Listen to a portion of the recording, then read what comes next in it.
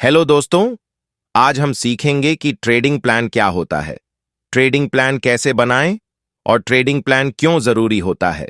जैसा कि हम सभी जानते हैं, किसी भी कार्य को करने के लिए हमारे पास एक प्लान होना जरूरी है। इस प्रकार ट्रेडिंग करने के लिए भी हमारे पास एक प्लान होना जरूरी है। जब हम बिना ट्रेडिंग प्लान के ट्रेड करते हैं, तो हमें पता नहीं होता कि हमें कितनी ट्रेड करनी है, कितना लॉस देना है, कितना प्रॉफिट लेना है। कभी हम 5 ट्रेड करते हैं तो कभी को 10। कभी हम 1,000 रुपये का लॉस करते हैं तो कभी 5,000 रुपये का। कभी हम 100 रुपये का प्रॉफिट बुक करते हैं, कभी हम 500 रुपये का बुक करते। इन्हीं सब चीजों को दूर करने के लिए हमें ट्रेड प्लान बनाना बहुत जरूरी होता है। ट्रेडिंग प्लान को हम मुख्यतः 3 भागों में डिवाइड कर सकते हैं। पहला है फाइनेंशियल प्लान, दूसरा है सेटअप एंड स्टॉक सिलेक्शन, तीसरा है रूल्स। तो चलो हम इनको डिटेल में समझते हैं। शुरू करते हैं फाइनेंशियल प्लान से। इसमें हम सबसे पहले डिसाइड करते हैं पर ट्रेड स्टॉप लॉस कितना लेंगे। जैसा कि मैंने डिसाइड किया है, पर ट्रेड में 50 रुपये का ही स्टॉप लॉस लूंगा।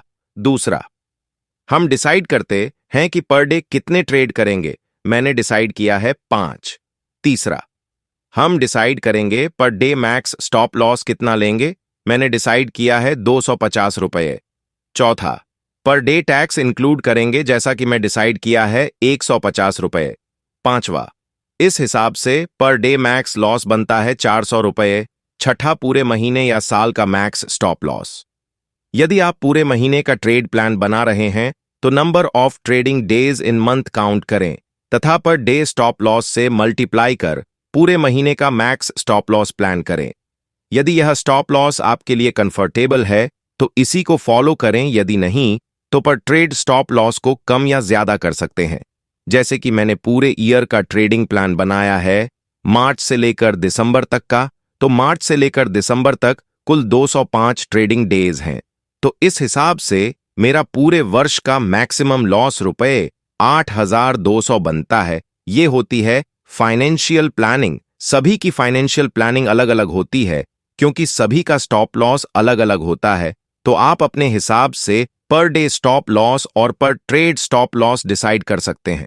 जैसा कि यह मेरे लिए सूटेबल था तो मैंने यह है फाइनेंशियल प्लान बनाया है। आप अपने हिसाब से इसमें चेंज कर सकते हैं। इसके बाद आते हैं अपनी सेटअप एंड स्टॉक सिलेक्शन पर। पहला सेटअप, इसमें मुख्यतः 4 सेटअप है। पहला रिट्रेसमेंट, दूसरा 5 EMA, तीसरा प्राइस एक्शन, चौथा रिवर्सल। दूसरा नंबर है स्टॉक सिलेक्शन। इसमें मुख्यतः 3 तरीके हैं। पहला गैप अप और गैप डाउन, दूसरा सडन स्पीक इन प्राइस, तीसरा price continue going up and down. यहां हमारा सेटअप एंड स्टॉक सिलेक्शन खत्म होता है। इसके बाद आते हैं हमारे रूल्स। पहला, मैं सिर्फ इक्विटी में ही ट्रेड करूंगा, ना तो फ्यूचर में और ना ही ऑप्शंस में। दूसरा, रिस्क रिवॉर्ड 1 से 2 मिनिमम। तीसरा, ट्रेड में 1 से 1 प्रॉफिट होने के बाद स्टॉप लॉस और प्रॉफिट को ट्रेल करूंगा। चौथा, रैंडम ट्रेड नहीं करूंगा। पांचवा, सेटअप चेंज नहीं करूंगा। छठा, ट्रेडिंग जनरल मेंटेन करूंगा। सातवां, दिन की मिस्टेक और लर्निंग पॉइंट को लिखूंगा। तो दोस्तों, यहां हमारा ट्रेडिंग प्लान कंप्लीट होता है। मैं आशा करता हूं कि आप लोगों को कुछ सीखने को मिला होगा।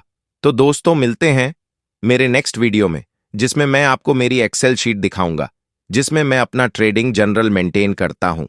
धन्यवाद।